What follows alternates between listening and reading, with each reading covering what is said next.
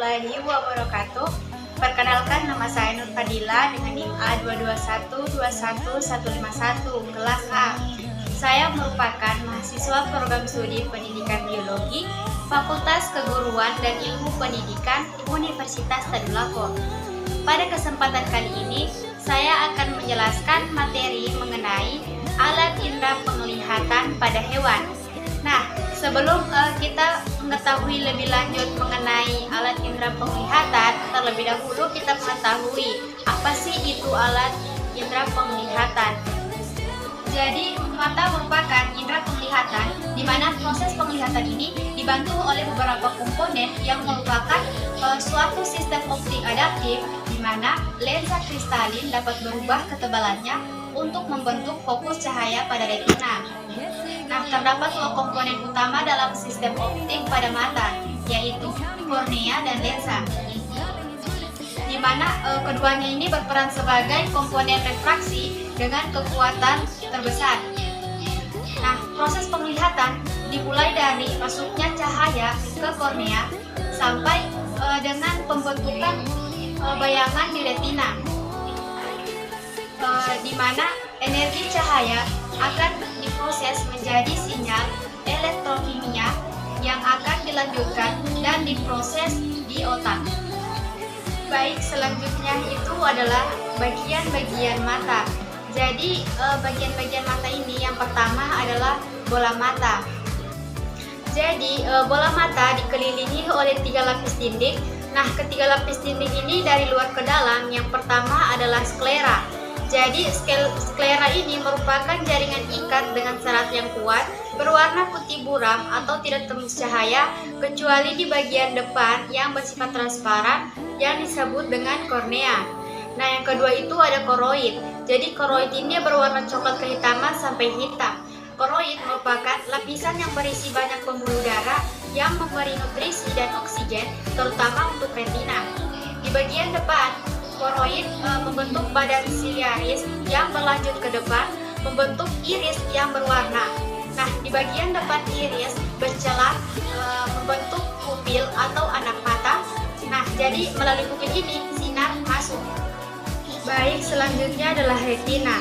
Retina merupakan lapisan yang peka terhadap sinar. Pada seluruh bagian retina berhubungan dengan badan sel-sel saraf yang serabutnya membentuk urat saraf optik yang memanjang sampai ke otak. Jadi yang kedua itu ada kotak mata. Nah, kotak mata pada tengkorak berfungsi melindungi bola mata dari kerusakan. Yang ketiga ada otot mata. Nah, ada 6 otot mata yang berfungsi memegang sklera.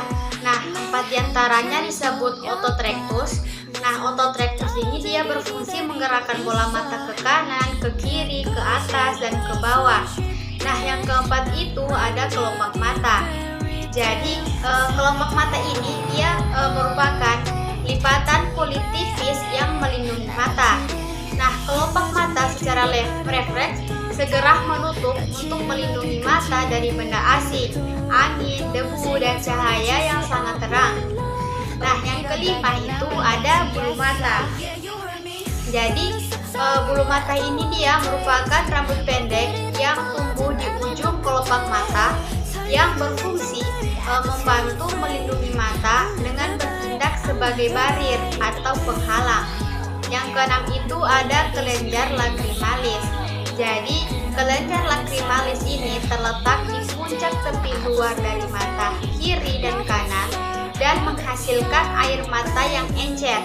Nah, air mata ini dia berfungsi menjaga kelembaban dan kesehatan mata, juga menjerat dan membuang partikel-partikel kecil yang masuk ke mata. Nah, selanjutnya itu ada mekanisme melihat. Jadi, proses melihat pada mata dimulai ketika benda memantulkan cahaya masuk ke mata dan diterima oleh kornea, pupil, lensa, dan dipusatkan pada retina. Nah, pada retina, cahaya diubah menjadi muatan listrik yang dikirim ke otak untuk diproses melalui serabut saraf penglihatan, sehingga kerja otak menghasilkan orang dapat melihat benda yang dilihatnya.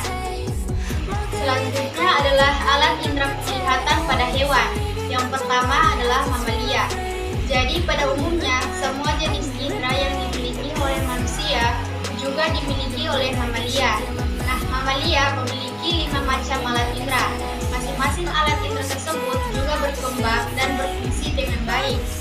Seperti halnya kucing.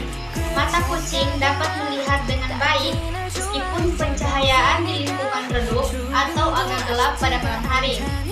Nah, dalam keadaan demikian, sinar matanya berwarna kehijauan. Warna hijau itu berasal dari pantulan suatu lapisan di bagian belakang matanya. Selanjutnya adalah burung.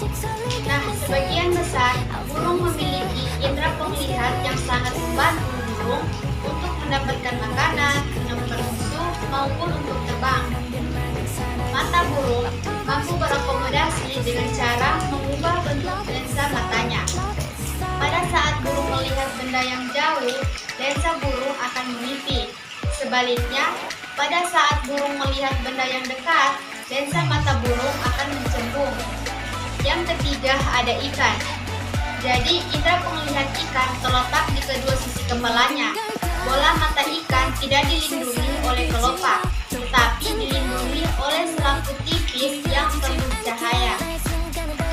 Ikan dapat melihat dengan jelas di dalam air karena baik air maupun kornea ikan membiaskan cahaya pada sudut yang sama.